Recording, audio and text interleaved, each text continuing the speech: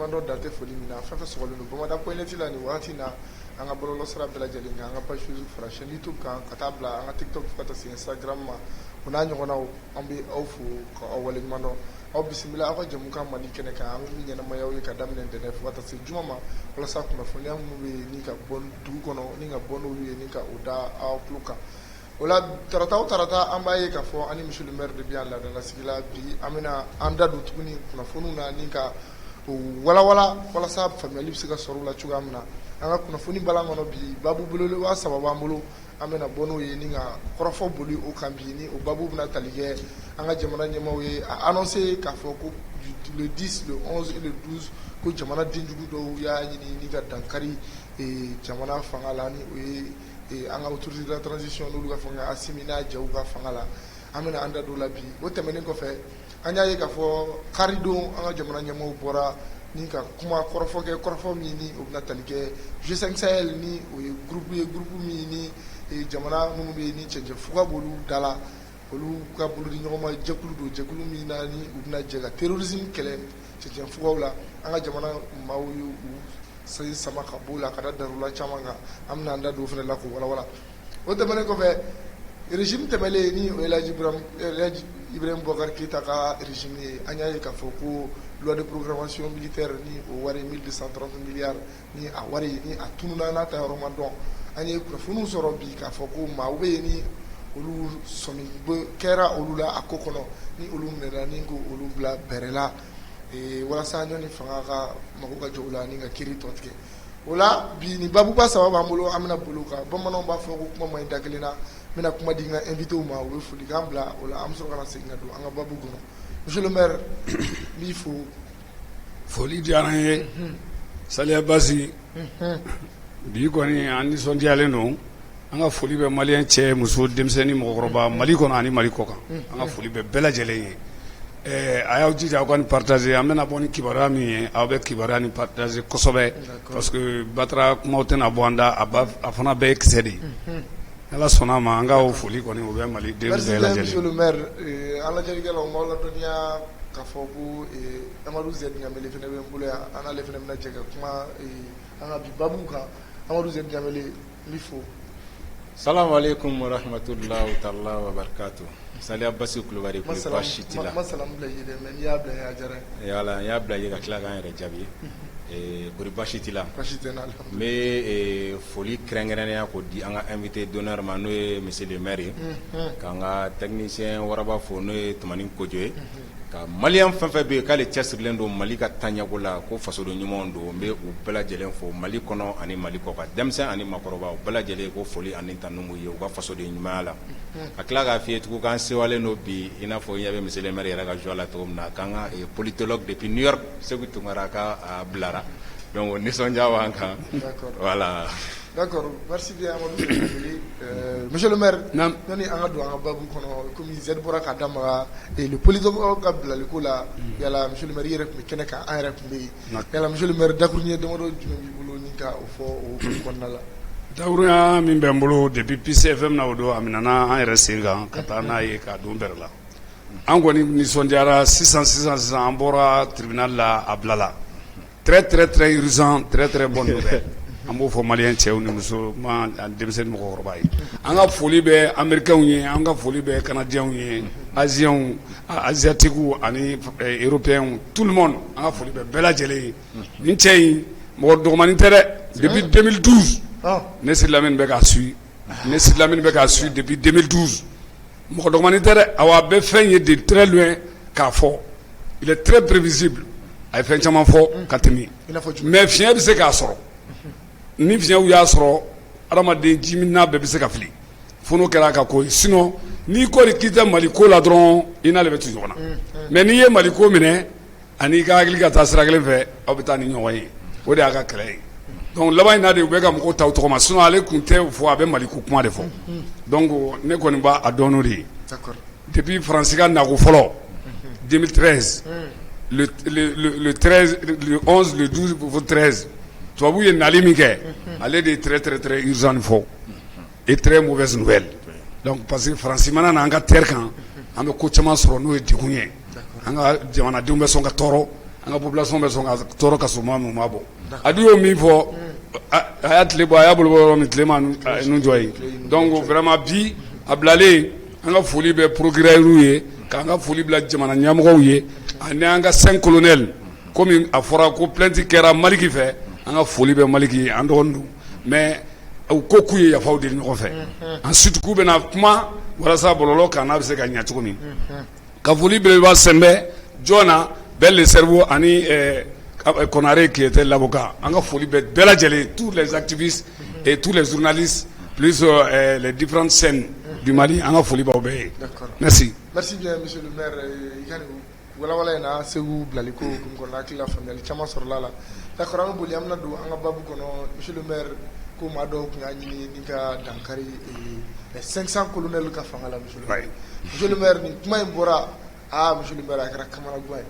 mɔgɔw kɔnɔ guwannaw ma fɛn kalama don monsieur le maire yala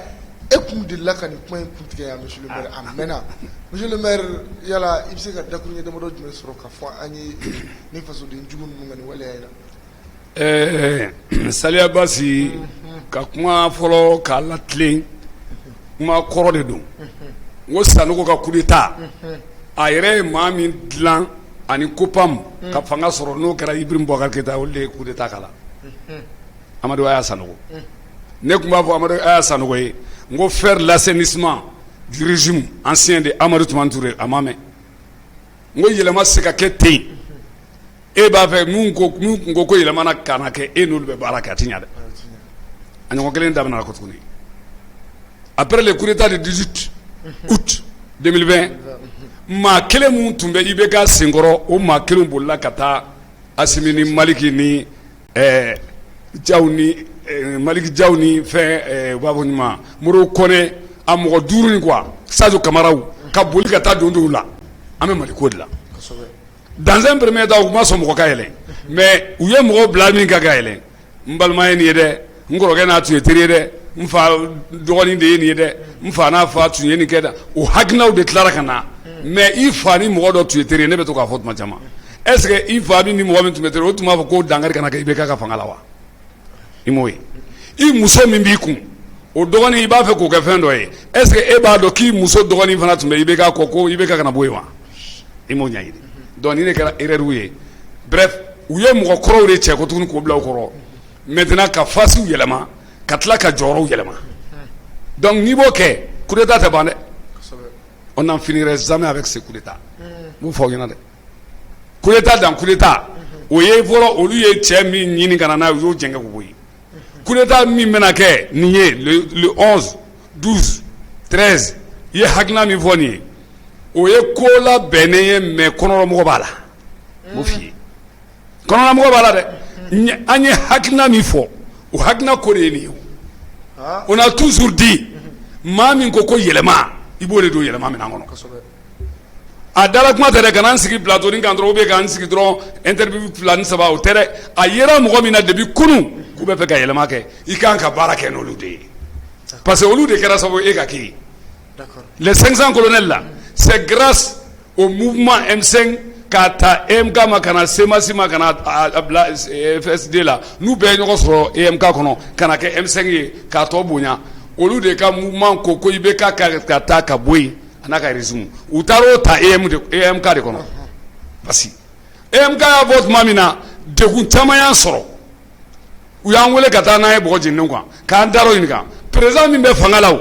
a ka mandat tɔ ye san 3 ye aw ko halisa k'o ka taa ka bɔ yen cogo di o y'a mun ye il a été démocratiquement élu an ko oui hali n'a démocratiquement élu la an bɛ tile damadamanin kɛ transition na n ko de kɛra problème y'an bolo CB b'an wele commissariat b'an wele an bɛ taa kaɲɛw na an bɛ e ɲininka fa de b'aw la dɛ aw donna ta bɔra ta c'est comme ça après la conférence du 14 mai 2020 jama tɔw jɛrila an da la donc o kɛra min kama ko yɛlɛma de ka kɛ ɔ maintenant mun nana o yɛlɛma kama n'i ma yɛlɛma kɛ k'a se a dan na min bɛ k'i senkɔrɔ i senkɔrɔjugu tɛ ban dɛ i kunkɔrɔjugu tɛ ban dɛ i ɲɛ bɛ dɔ la ko ɲi jugu tɛ ban dɛ donc o de bɛ na ni coup d'état ye. d'accord monsieur le maire an y'a ye ko in kɔnɔ mun kɛra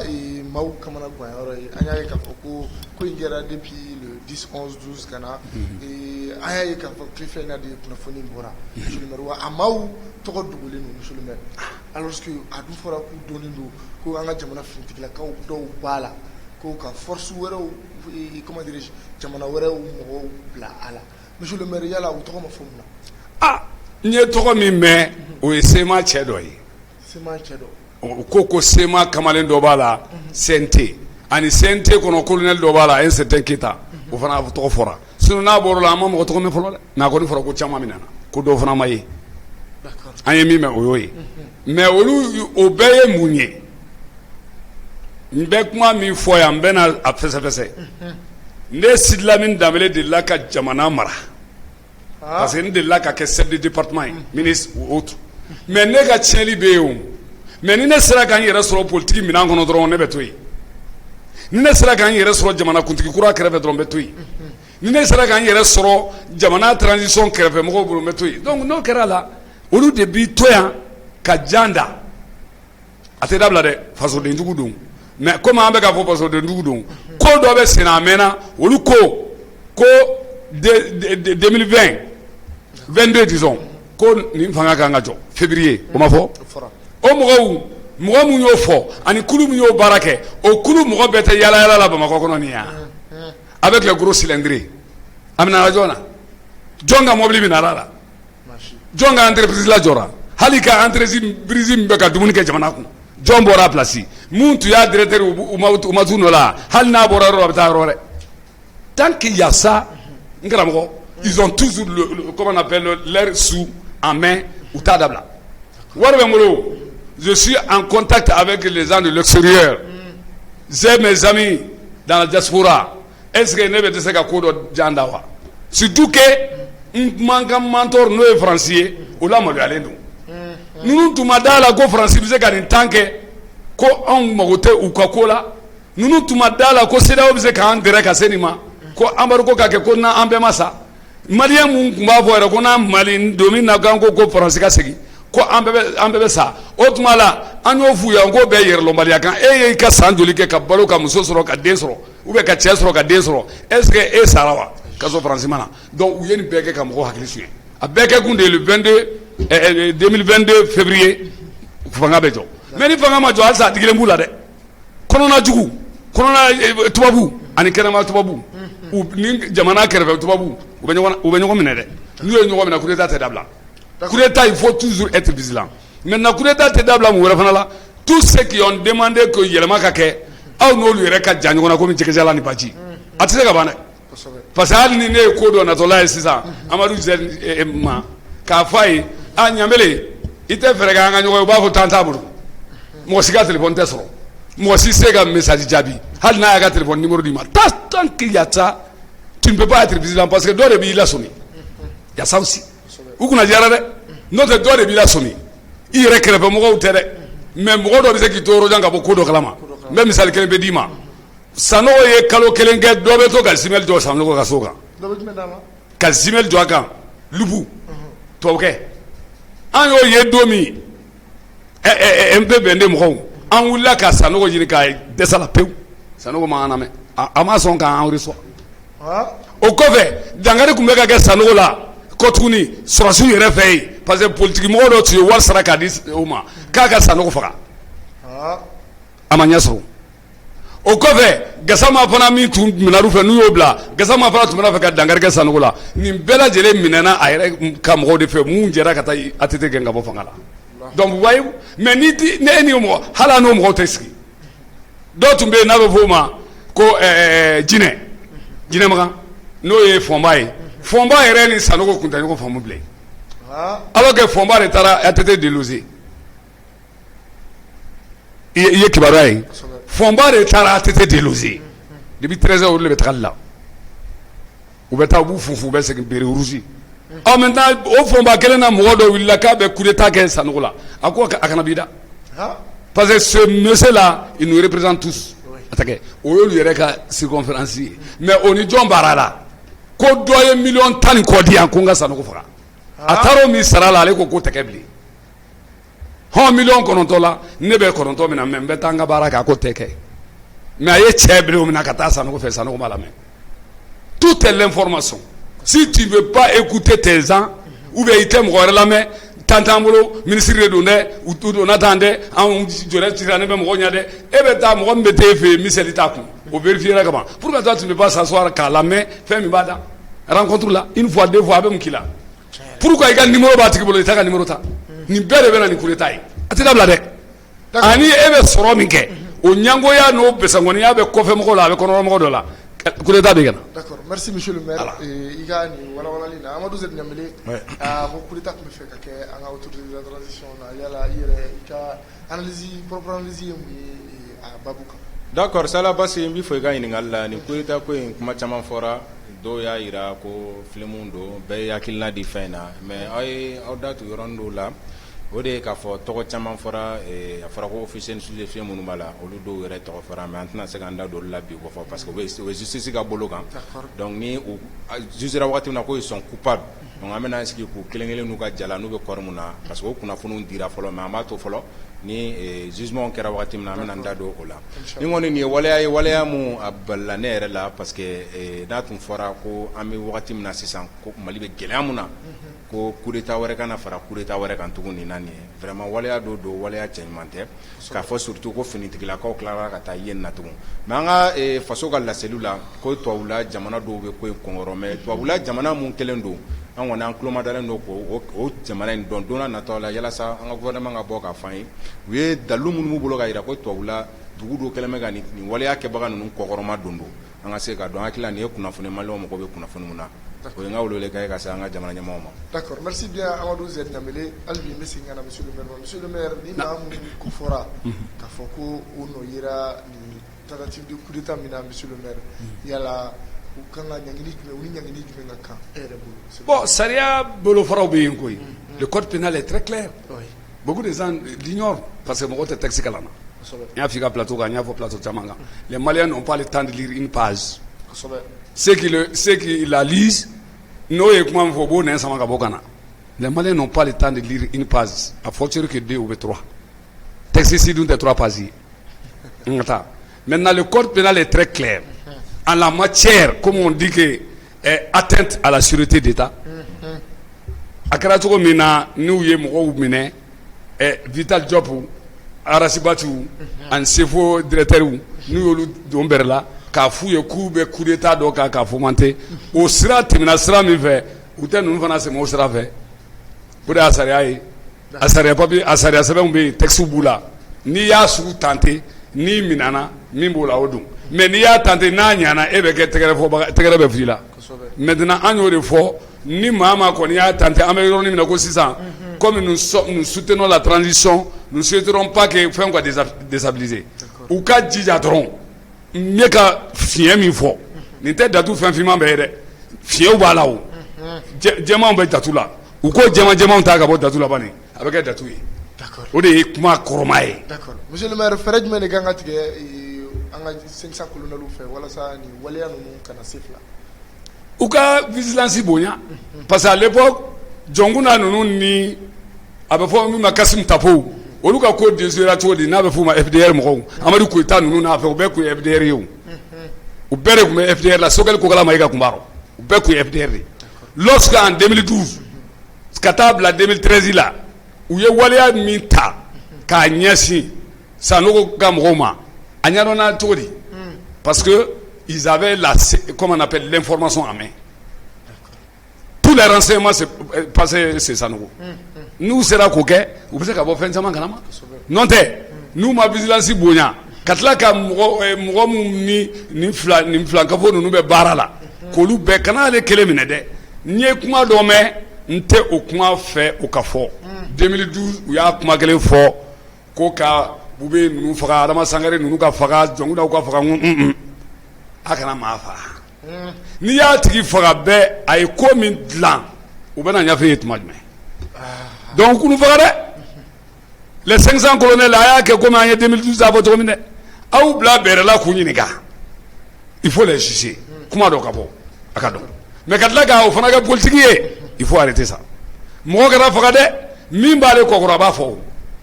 Ani mimbe dibiro abo fo. Niye mo tamine. Ebise ka mo bisa wa mina ka fara mo tanga. Parce que akelente. Fanga ko de dum. Akelente de. dɔw bɛ halisa a ma fɔ ko dɔw bɔra CNT kɔnɔ u dɔw bɛ halisa o maintenant u k'a sɛgɛsɛgɛ an y'o de f'u ye u k'u jija u k'a kɛ komi Sanogo ta tuma information bɛɛ tun bɛ tɛmɛ Kati mais Kuluba kɔni information bɛ yen kaban dɛ service de renseignement tɛ yen sécurité d'État ye mun ye Modibo Konɛ bɛ o de place la Modibo Konɛ yɛrɛ tɛ yɛlɛ bilen mais service de renseignement de ɲɛmɔgɔ y'ale ye donc vraiment qui se renseigne hali ni ko min kan ka kɛ sini puis u bɛ bɔ a kalama donc o de bɛ se ka an bɔ nin kɔlɔlɔ kɔnɔ yanni u bɛ tɛrɛmɛli min na CEDEAO nin tantɔ an b'a fɛ k'a kɛ tan 12 mois 16 mois 20 mois 24 i m'a ye ko in bɛ ka fabriquer o de kɔnɔ parce que tous ceux qui ont géré le pays par la voie politique u t'a fɛ ka sɔrɔsi ye fanga la ne ye nin kuma fɔ a mɛnna dɛ tous ceux qui ont géré politiquement le pays a t'a fɛ sɔrɔsikɛ ka kɛ fanga la kuma jɛlen don dɛ parce que ale bolo sɔrɔsikɛ tɛ Mali den dɔ ye Mali miridi den dɔ tɛ sɔrɔsikɛ ye ale bolo dɛ Mali dɔfɔ min bɛ fɔ la n'a bɛ fɔ la ko histoire ale t'a fɛ sɔrɔsikɛ tɔgɔ ka fɔ la dɛ mais a sɔrɔsi joli donna fanga kɔnɔ ka tila ka a yɛlɛma ka bɔ sɔrɔsiya minɛn kɔnɔ ka tila ka kɛ civil ye ka don a fanga kelen kɔnɔ Amadu Zumani Ture ta ma k'i ɲɛna Musa Tarawele ta ma k'i ɲɛna donc sɔrɔsi tɛ Mali den dɔ ye wa n delila k'o question poser an balima dɔw tɛ wa an dɔgɔninw tɛ wa an kɔrɔkɛw tɛ wa an kalamɛw tɛ wa an dɔw burankɛw tɛ wa an dɔw kɔrɔkɛw tɛ wa mais olu kantigɛra don min a fɔra k'u ye fugari ye maintenant olu ye fanga minɛ olu bɛ ka taa n'u ka fanga ye walasa jamanaden bɛ tɛgɛrɛ fɔ la u ye ko tuma min aw fana wulila k'aw bɛna dankari ko la u taalen tɛ hali 8% bɔ mɔgɔ min bɛ nin baara la Mali kɔnɔ parce que an bɛ jateminɛ kɛ bi les 8% o de bɛ se k'a fɔ ko n bɛ Assimi contre la ou bien le gouvernement actuel bi k'a fɔ ko régime min bɛ yen k'u b'o contre la mais a ferekelen bɛ cogo min duguma o de bɛ na a tɔ yakuba. D'accord. Merci bien, monsieur le maire. I ka nin walawalali la hakili la faamuyali caman sɔrɔla nin tentative de coup d'état in kan an bɛna taa an ka babu filanan na ni o bɛna tali kɛ an ka ba Maliba ko an y'an sen bɔ G5 Sahel o senna ni o ko kɛnbɛ ko ba ye bi ni a kumaw cayan bɛɛ monsieur le maire yala G5 Sahel ko dun anw bɔra G5 Sahel la bi yala G5 Sahel bɛna se ka kɛ mun ye ni anw t'a la wa kɛrɛnkɛrɛnnenya la a kun yɛrɛ ko an bɔra la k'a sababuya kɛ ko u ka session extraordinaire dɔ tun bɛ yen depuis san 2021 ni o bɛ bɛnna janvier kalo ni ne ma fili san 2021 a yirala k'a fɔ ko ɲɔni février 2022 cɛ ko G5 Sahel n'o o ye jamana 5 min ni cɛcɛfuga bɛ anw bara ko o ɲɛmaya bɛ ta ni k'o kalifa ba Maliba la mais an y'a ye k'a fɔ a mɛnna u tun kan ka lajɛ dɔ kɛ lajɛ min ni o bɛna nin ko in kofɔ an y'a ye ko lajɛ in tɛ ka kɛ Bamakɔ a mɛnna an ka jamana ɲɛmɔgɔw kumana u ko u kule bila ni k'a f'u ye k'a fɔ k'u hakili jigin walasa u kana lajɛ in kɛ ko lajɛ in ma kɛ hali bi ko o de senfɛ olu y'a ye k'a fɔ ko nin jɛ in a bɛna kɛ olu kɔ kan k'olu b'u sen bɔ a la monsieur le maire yala nin kuma min fɔra an ka jamana autorités fɛ yala i ka faamu kɛra mun ye nin babu in kɔnɔ ani an kan ka mun faamu anw jamanadenw. Bon, G5 Sahel fɔlɔ depuis sous le régime IBK kulu wulila k'a kɛlɛ kɛ o Badilabugu kɔni fɔra ko kun kan ka bɔ Badilabugu u ka taga sigi jamana dondabaw la quoi ka bɔ Bamakɔ kɔnɔ n'a ma ɲa k'u sigilen bɛ cɛncɛnfuga ko de kama ko n'a ma ɲa k'u sigilen bɛ terroriste ko de kama k'u ka bɔ Bamakɔ jama cɛma k'u ka taa a sen fɛ kibaruyaw jiginna k'a fɔ ko terroriste ko k'u b'an ka pont gosi ka Badilabugu gosi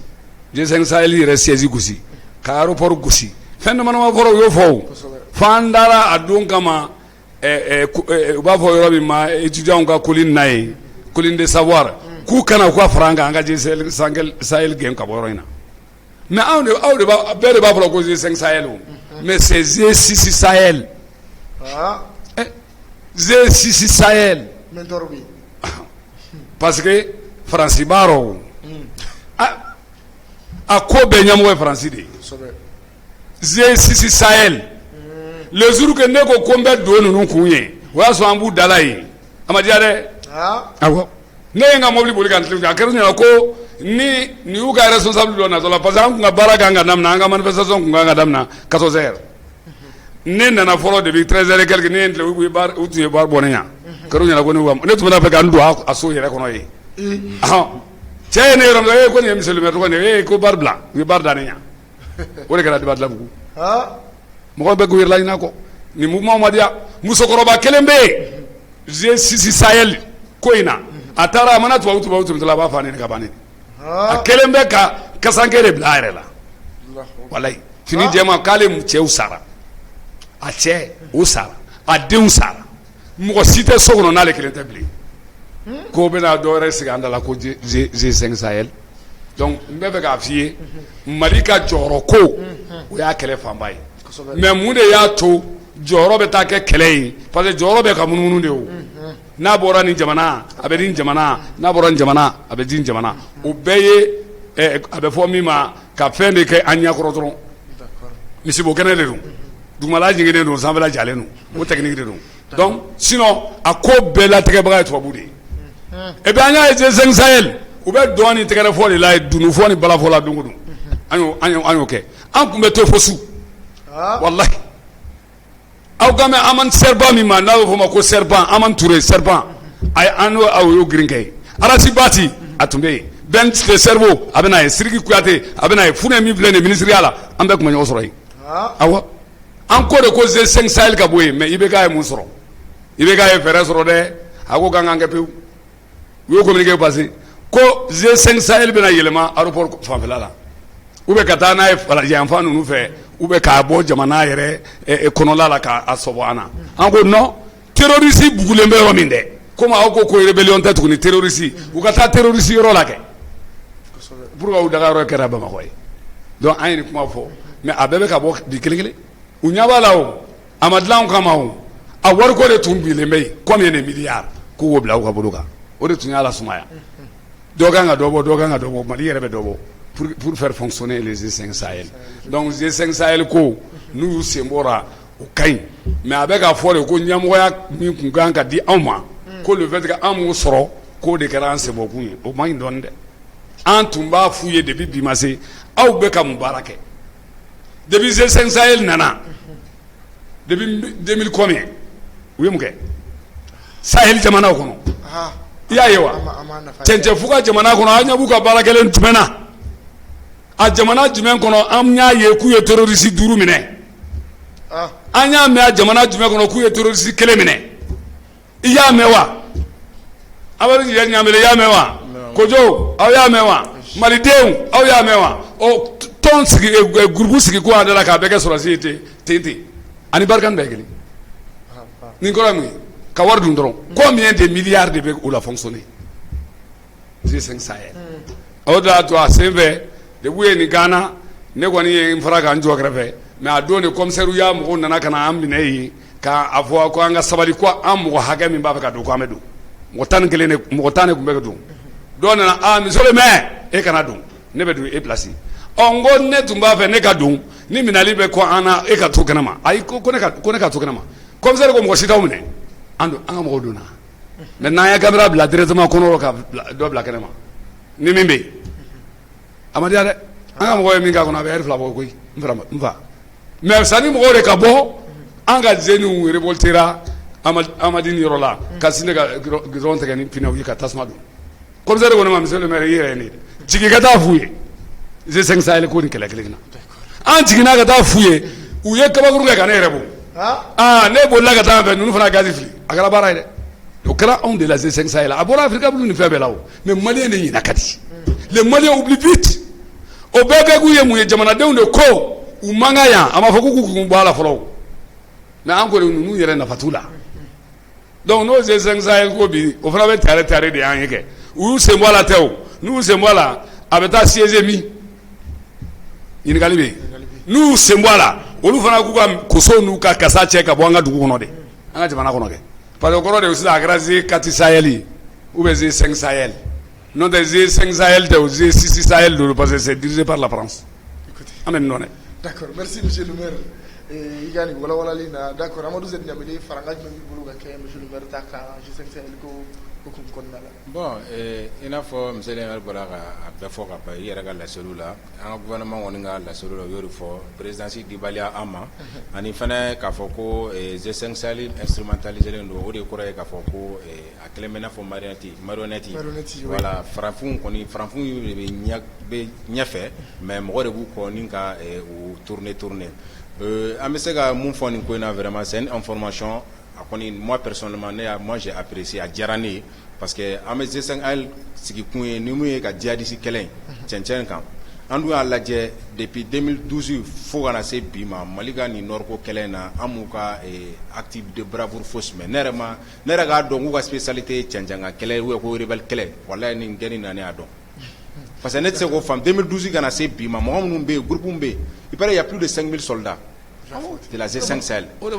ne ma se ka o mɛn communiqué la ne m'o ye foyi kan k'a fɔ ko de 2012 à maintenant ko hali G5 Sahel mɔgɔw ka opération n'o kɛra quoi au nom de la G5 Sahel o ne dabali banɛ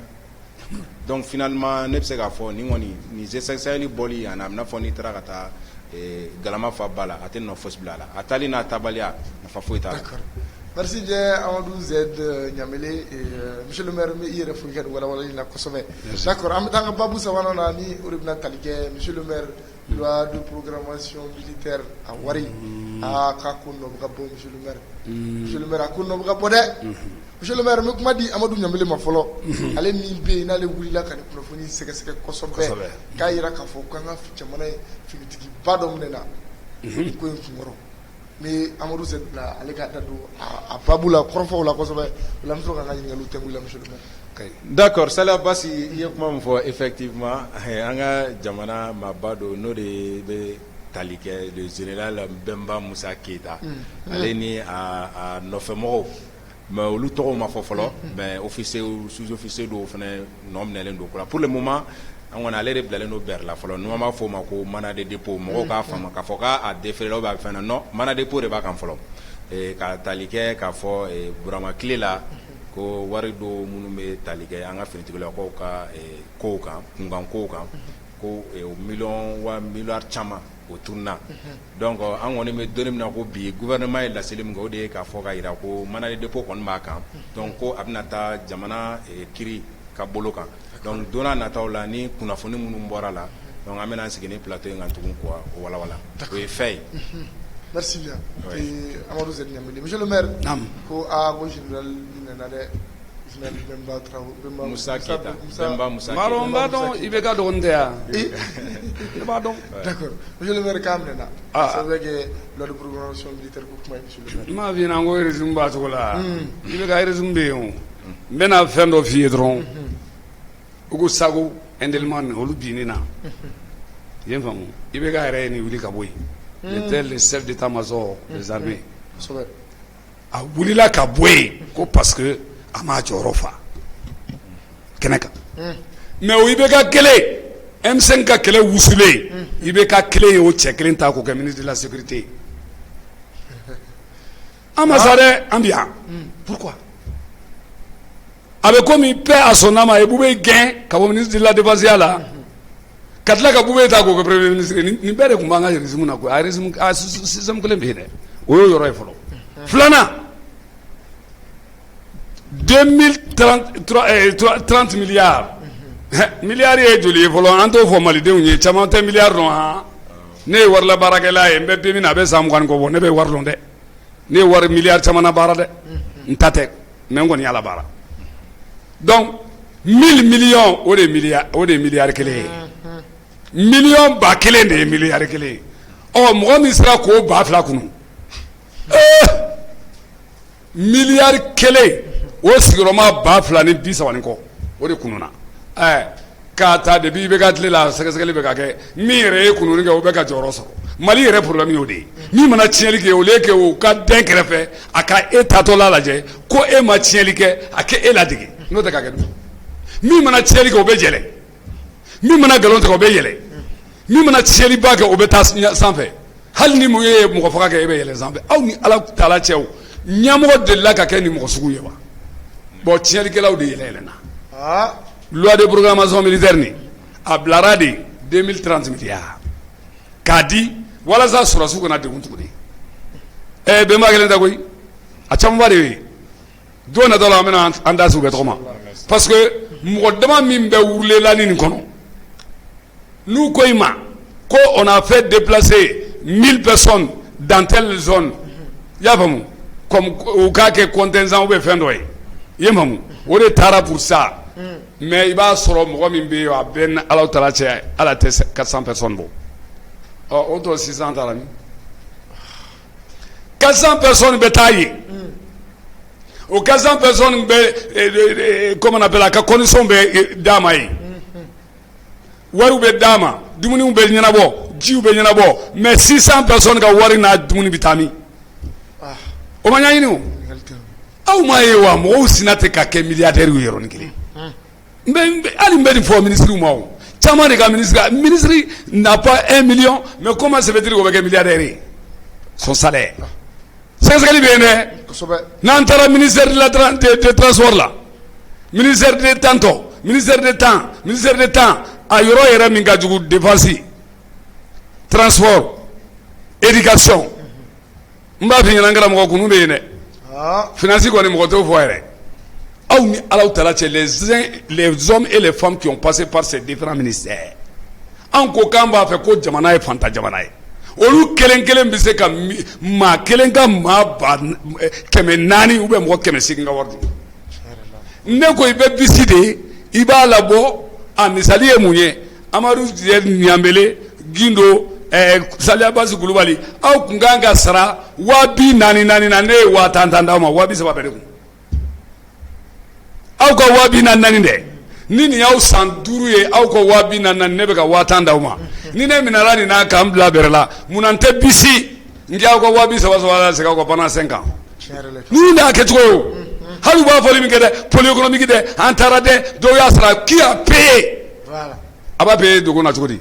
le pôle économique je suis désolé pour ça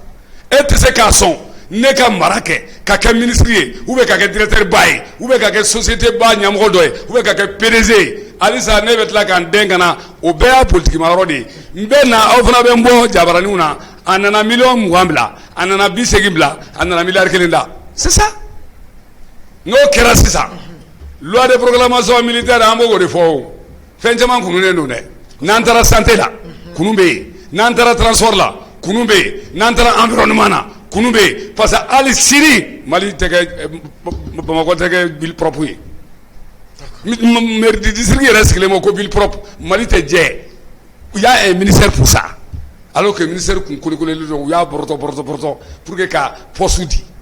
voici donc c'est pour vous dire que sɔrɔ bɛ nin bɛɛ la sɔrɔ bɛ tɛmɛ nin bɛɛ fɛ sara min bɛ di ne ma n ka so sumalen n ka mobili sumalen n denw talen don ba la carburant bɛ n bolo n mana taa yɔrɔ min jamana bɛ n ta a charge mais o si t'a tigi bali n'u tɛ sonyali kɛ o sonba camanba de bɛ jamana in kɔnɔ i bɛ k'a ka ministre tun ye 200 ani kɔ de a ka 7 ans kɔnɔ voilà o ministre 200 ani kɔ n'i ye wolomali daminɛ sisan karamɔgɔ a ma nɔgɔn dɛ an bɛ ministeriya kɛ o ministeriya mana ban a tɔ bɛ laban min na mɔgɔ mago t'a la yɛrɛ population kɔni b'a fɔ ko faama de don a bɛ bonya a karamalen don a fɛnnen don mais n bɛ mɔgɔ min interpellé nin bɛɛ bɛ ka kɛ mun b'a fɔ a ye hinɛ jamana la nin tigi hinɛra jamana la nin tigi hinɛra jamana la wa est ce que nin hinɛra jamanadenw na n ye misali min di sisan aw ka 30,000 ne kan ka 40 d'aw ma ne yɛrɛ bɛ min sɔrɔ o bɛ se ka 100 bɔ ne bɛ n tugu kɔ tuguni k'aw ka 30 ta fara kan n kan n fa ko o mana minɛ aw b'olu kɛ parce que a bɛɛ bɛ don parti politique dɔ kɔnɔ k'i bugu ye ou bien a dɔw bɛ proto ka kɛ député ye immunité b'a kan o immunité bɛ ban tuma min maliden hakili man jan on les oublie o mɔgɔ kelen bɛ tila ka bɔ o parti la ka taa don dɔ wɛrɛ kɔ tuguni a bɛ kɛ député ye kɔ tuguni ou bien a bɛ kɛ ministre a bɛ kɛ président ye o t'a an tilalen a ko la ou bien a b'i to la dɔrɔn a bɛ taa kɛ ambassadeur plénipotentiaire du Mali à l'extérieur a ma ban donc aw ka problème ye mun ye tous ces anciens ambassadeurs qui reviennent d'abord dans notre pays o mɔgɔ kelen bɛ tila ka bonya ka tɛmɛ e kan a y'i kunu kɛ o bɛ to yen a ye tiɲɛli kɛ o bɛ to yen a ye nin bɛɛ sɔrɔ n'o tɛ so kelen bɛ mɔgɔ bɔ den fa n'i y'a ye i bɛ so caman jɔ fo n'a kɛra commerçant ye dɛ mais ministre de bɛ kɛ milliardaire ye yɔrɔnin kelen en un si peu de temps donc transition in kan k'o bɛɛ woloma o de tun bɛ to k'an da to a la transition de kan ka kɛ sababu ye nin bɛɛ ka sɛgɛsɛgɛ hali n'i ye nin woloma sisan i bɛ bɔ ko caman kan dɛ n y'a fɔ bi Facebook kan video direct n'i ye wolomali kɛ sisan dugukolo ko la i bɛ bɔ ni miliyari ye 83% de ye problème foncier a bɛ fɔ min ma situation foncière dans les tribunaux Mali tribunal bɛɛ pourquoi procureur o ko lajɛ yan pourquoi les magistrats o t'o ko lajɛ la Silimani Sama o ko bɛ cogo di mɔgɔ min bɛ faga i bɛ wolo du min kɔnɔ i fa y'i wolo ye mais a bɛ fɔ i ma k'i taa to du ye a bɛ fɔ k'i fa ka du tɛ o dama bɛ Bamakɔ a bɛ ban ani Mali dugu wɛrɛ mɔgɔ min bɛ se ka n'a ka setigiya jira ka taa foro kɔnɔ ka taa fantan da yɔrɔ san ka kɛ titre foncier ye jɔn bɛ k'a sɛbɛn dilan Mali tɛ donc an bɛ fɛ k'a fɔ dɔrɔn loi de programmation militaire dɔrɔn tɛ dɛ a fɔra ko fɛn fɛn ye kunu kɛ k'a bɛɛ sɛgɛsɛgɛ mun nana ni vérificateur général créé ye c'est un truc des Canadiens a bɛ yen cogo min a tɛ an bara tan dɛ vérification yɛrɛ o mɔgɔw bɛ sara waribaden na plus de 7 millions bɛ di a dɔw ma halisa o jamana e mana taa sɛgɛsɛgɛ la o nɔ tɛ yen contrôle général tun bɛ Bamakɔ yan Mali la o bɛ min création dɔrɔn ka institution créer donc fɛrɛ kan ka kɛ nin bɛɛ de la pendant la transition c'est une petite période dɛ une période qui n'est pas longue dɛ mais ko bɛ woloba kɔnɔ de ka ko la tile n'aw tɛ se o la kɔni a ma kɛ transition ye d'accord voilà. Merci bien monsieur le maire an ka waati sera kosɛbɛ monsieur le maire kumakan laban jumɛn b'i bolo yanni an ka bɔ kumakan laban min bɛ n bolo k'aw bɛɛ lajɛlen fo k'aw barikada aw mun bɛ an ka kumakan ta fiɲɛ fɛ diɲɛ bɛɛ k'a ye hakilibaw ka dɔ sɔrɔ kumakan laban min bɛ n bolo k'a da aw kan pourquoi maliyɛn dan ye kunɲɔgɔn kelen kunnafoni ye kunnafoni mana kɛ kunɲɔgɔn kelen dɔrɔn c'est fini an terikɛ maliyɛnw an bɛ sɛgɛn tan dɛ kunɲɔgɔn kelen dɔrɔn kunnafoni bɛ tunu maliyɛn bɛ ɲina effectivement Umaru Jara ka muso donni ko ma fɔ Kanani ma o kuma ma ban pewu a fɔra min ma ko logement sociaux o kuma ma da e k'a fɔ sinikɛnɛ dɔrɔn ko monsieur le maire ye saga soɲa a bɛ fɔ fan bɛɛ ko ne ye saga soɲa semaine prochaine bɛ da o semaine kan mɔgɔ si tɛ ne a fɔ tuguni ko ne ye soɲ dɔw b'a fɔ ko ayi monsieur le maire tɛ soɲ dɛ o bannen Mali problème d'o ye il faut que la population commence à se mûrir de cela hein? Que nous soyons une population vraiment comment on appelle mature ka fɛn faamu an kana ɲina ou bien ne k'a fɔ aw ma fɛn fɛn bɛ ya kuma bala Bamada Bamako la k'a bɛɛ faga ne de y'a fɔ mais dɔwɛrɛ ne bɛ tila ka na n yɛrɛ lajɛ yan fo aw yɛrɛ bɛ dundu ni bala ta ne nɔfɛ cɛ ne maliyɛn n'an ma to ka nin yɔrɔ faamu histoire dun kɛ kun ye Sunjata ko kuma bɛ ka fɔ la Samori bɛ fɔ la o t'i tileyɔrɔ ko ye dɛ maintenant kuma laban ye min ye n nana ni n ka esarbu ye k'a fɔ maliyɛn cɛ ni muso ɲɛna an ka bɔ komayɛlɛma la komayɛlɛma ye mun ye tant que Baba Moro Keita Mali maire fɔlɔ Mali député fɔlɔ Mali président fɔlɔ ale de y'an ka jamana kɛ tan ka usine 99 dilan yan ani société ani entreprise an ka mɔgɔ donna a bɛɛ la k'a tan k'a yɛrɛ kɛ SONESIW ni fɛnw j'en passe Sokopaw Malilɛw c'est ça Moro y'olu créé o Moro tun bɛ drapeau don ta de gosi fɛ i b'a don gauche au droite ɲugujima de bɛ kan na ɲuguji de bɛ kan na ça parce que le coup représente le ma kankala bɛ kɛ komi drapeau bɛ yɛlɛla fɛn min fɛ voilà Laginɛ olu de ka bilenman gunnen bɛ drapeau yɛlɛnna nin na Côte d'Ivoire Orosi de gunnen bɛ drapeau yɛlɛn yiri la o de y'a to Orosi b'olu kan na Sénégali Verti de gunnen b'u ka drapeau yɛlɛnna na a bɛ yɛlɛn n'a ye ekɔsow la ani yɔrɔbaw a faamuyara maintenant Faransi min kɛlen don bɛɛ ka n'a mɔgɔw b'o jɔnya la ani Faransi hakili bɛ caman la u bɛ san joli bɔ u kɛlen don k'a kɛ ko u bɛ ɲini ka na Faransi bila kira place la olu yɛrɛ ka drapeau a min bɛ yɛlɛnna an b'a fɛ o ye bleu de ye o de y'a to bleu b'u kan na donc n bɛ kuma jɔ yan de k'a fɔ mɔgɔw ye n'aw y'a ye toujours u b'a fɔ manifeste monsieur le maire a yɛlɛma hali tribunal da la sisan u bɛ k'a fɔ monsieur le maire a yɛlɛma n ko a ma ɲɛ dɔn depuis 2004 ne ye maire ye voilà depuis 2004 ne ye maire ye n ye député ya ɲini siɲɛ 4 hali Mali député t'a don cogo dɔn an maire kɔni tɛ donc n bɛ se ka maire kelen dɔrɔn de tɔgɔ fɔ ka bɔ plateau ka kuma bila n'o ye Baba Keita min filɛ communicateur la yan Serubilen grand frère nin ale b'a ta don a don cogo normal la Jɔnkuna yɛrɛ tun b'a don quand il était le président de l'Assemblée nationale. D'accord, merci bien. Voilà, hakɛto b'a la salam Amadou. Monsieur le maire b'i fo kosɛbɛ. D'accord, Amadou Zedinamile jamukan in bɛna se a kuncɛ yɔrɔ la yala kumakan laban jumɛn b'i bolo? Kumakan laban bɛ n bolo de ka monsieur le maire fo a ka nin éclaircissement na ni kunnafoni sanuman na k'e sala basi fo i ka cɛsiri la k'an ka technicien waraba fo ka tila k'a fɔ an ka abonnés ɲɛna vraiment k'u ka nin vidéo in partager ko maliyɛnw k'u cɛsiri mɔgɔ tɛna Mali jɔ an place la n'an yɛrɛ tɛ an ka kɛ kelen an ka ɲɔgɔn minɛ n'Ala sɔnna Mali bɛ diya nin bɛɛ kɔfɛ. d'accord an lajɛlikɛlaw nin tun ye aw tulo garisɛgɛ ye nin sanga kunkuru in na Bamada.net sanfɛ aw kan bɛn sigi wɛrɛ wasalamu